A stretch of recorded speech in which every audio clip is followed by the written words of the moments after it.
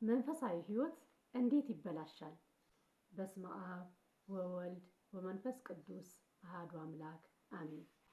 መንፈሳዊ ህይወት የሚበላሽባቸው መንገዶች ምን ይመስሏችኋል? መንፈሳዊ ህይወት በአንድ ቀን ውስጥ መበላሸት ይችላል? አይችልም።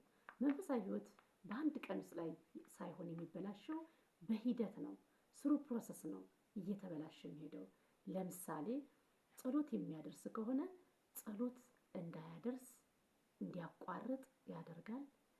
ከዛም በኋላ ጸሎቱን ካቋረጠ በኋላ ደግሞ ቤተክርስቲያናትን እንዳይሄድ፣ ገዳማትን እንዳይጎበኝ፣ ገዳማትን በሄድን ቁጥር በገዳማት ላይ የተሰጡ ቃል ኪዳኖች ቦታውን ለረገጠ እየተባለ የሚሰጥ ቃል ኪዳን ያ ለኛ እንዳይፈጸም ገዳማትን እንዳንሄድ ያደርጋል። እንዲሁም ደግሞ የተለያዩ ቅዱሳት መጽሐፍትን እንዳናነብ ያደርጋል።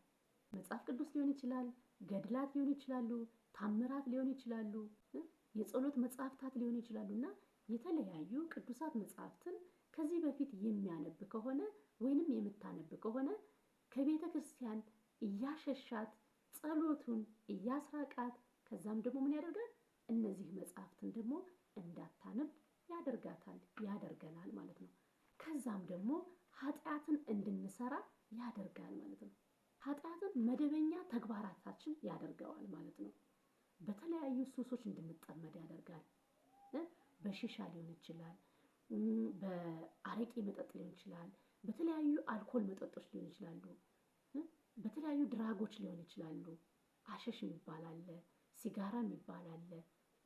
በተለያዩ የኃጢአት ሱሶች ውስጥ እንድንገኝ እንድንዘፈቅ ኖርማል ተግባራችን አድርገን እንድንፈጽም ያደርገናል ማለት ነው። ሌላኛው ደግሞ እነዚህን ተግባራትን እንድንፈጽም ካደረገ በኋላ ልባችን ምንም ኬርለስ እንዲሆን በቃ ትክክለኛን ስራን እየሰራን እንዲመስለን ምንም እግዚአብሔርን የሚያስከፋ ወይንም እግዚአብሔርን የሚያስቀይም ስራ እየሰራን እንዳይመስለን ልባችን ቅዝቅዝ ይላል። ልባችን ድንግጥ አይልም። እግዚአብሔርን እየበደልነው ነው እንኳን ብለን እንዳናስብ ይደፍነዋል። ከእግዚአብሔር እንድንርቅ አድርጎ ከጸሎት እንድንርቅ አድርጎ ቅዱሳት መጽሐፍትን እንዳናነብ አድርጎ ቤተክርስቲያን እንዳንሄድ አድርጎ ገዳማትን እንዳንሄድ አድርጎ ኃጢአት መስራትን መደበኛ ተግባራችን ትክክለኛ በቃ ልክ አንድ የመንግስት ሰራተኛ የመንግስት የሥራ ሰዓቱን አክብሮ ገብቶ እንደሚወጣው እንደው የመንግስት ሰራተኛ ሰዓት ይሸራረፋል። ከዛም በበለጠ ትክክለኛ ስራ እንደምንሰራ አስመስሎ ኃጢአት መስራትን መደበኛ ተግባራችን አድርጎ እንድንሰራ ያደርገናል። ያችሁ እንዴት አድርጎ ከቤተ ክርስቲያን እንዴት ይሆን የነበረንን መንፈሳዊ ብርታቶቻችን መንፈሳዊ ህይወቶቻችን ላይ እንዴት ያደረገ ሹልክ አድርጎ ወስዶ እንደሚዘፍቀን አያችሁ። ስሩ ፕሮሰስ ነው። ቀስ በቀስ ነው። ባንዴ ጁው ብሎ ቤተክርስቲያን መሄድን ማቆም የለም። አንዴ ጁው ብሎ ጸሎት ማድረስ ማቆም የለም።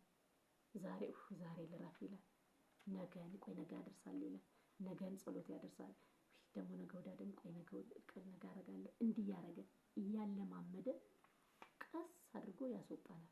ቤተክርስቲያን መሄድንም ገዳማትን ቃል ኪዳን ያላቸው ገዳማትን ሁሉ እንዳንሄድ ዝክርን እንዳንዘክር የቅዱሳንን ስም በቀዝቃዛ ውሃ የዘከረ የቅዱሳንን ዋጋ ያገኛል። ያ ዋጋ ያ በረከት እንዳናገኝ ያደርገናል። በጥረኝ ውሃ በላይ ሰብ እንደዳነ ሁሉ እኛም ያንን ዘክረን እንዳንድን ቃል ኪዳኑ እንዳይፈጸምብን ያደርጋል ማለት ነው። ለምሳሌ በላይ ሰብ ብዙ ነፍሳትን የበላ ነው።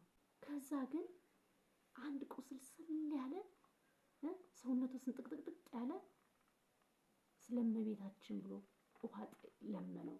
ሲለምነው አልፎ ሲያበቃ ምንድነው ያለው? እችን ስም ከዚህ በፊት ሰምቻታለሁ ብሎ ነው ተመልሶ መጥቶ ጠብ ሲያደርግለት ስንጥቅጣቂ ውስጥ እኮ ነው የገባችው። ጥሙን እንኳን አላረካችው። ነገር ግን ያ ሰው በሞተበት ሰዓት ግን ቃል ኪዳን ለመቤታችን ሰጧልና መድኃኒዓለም ልጇ ቃል ኪዳን ሰጧታልና በቃል ኪዳን መሰረት በሰጠኝ ቃል ኪዳን መሰረት ቃል ሁሌም እውነት ነውና እቺ ነፍስ እቺ ነፍስ በስሜ ቀዛ ውሃን ዘክራለችና ለተጠማ ጠጥታለችና ብላ ነው ጥያቄዋን ያቀረበችው ሲኦል ልትገባ ስትል። ከዛ ጥላዋን ረፍ ስታደርግበት ሚዛኑ ወደ እግዚአብሔር መንግስት ሆነ። የበላይ ሰብናት ማለት ነው። ስለዚህ በቀዝቃዛ ውሃ የቅዱሳንን ስም የጠራ የቅዱሱን ቃል ኪዳን በረከት ስለሚያገኝ ዝክርንም እንዳንዘክር ያደርጋል።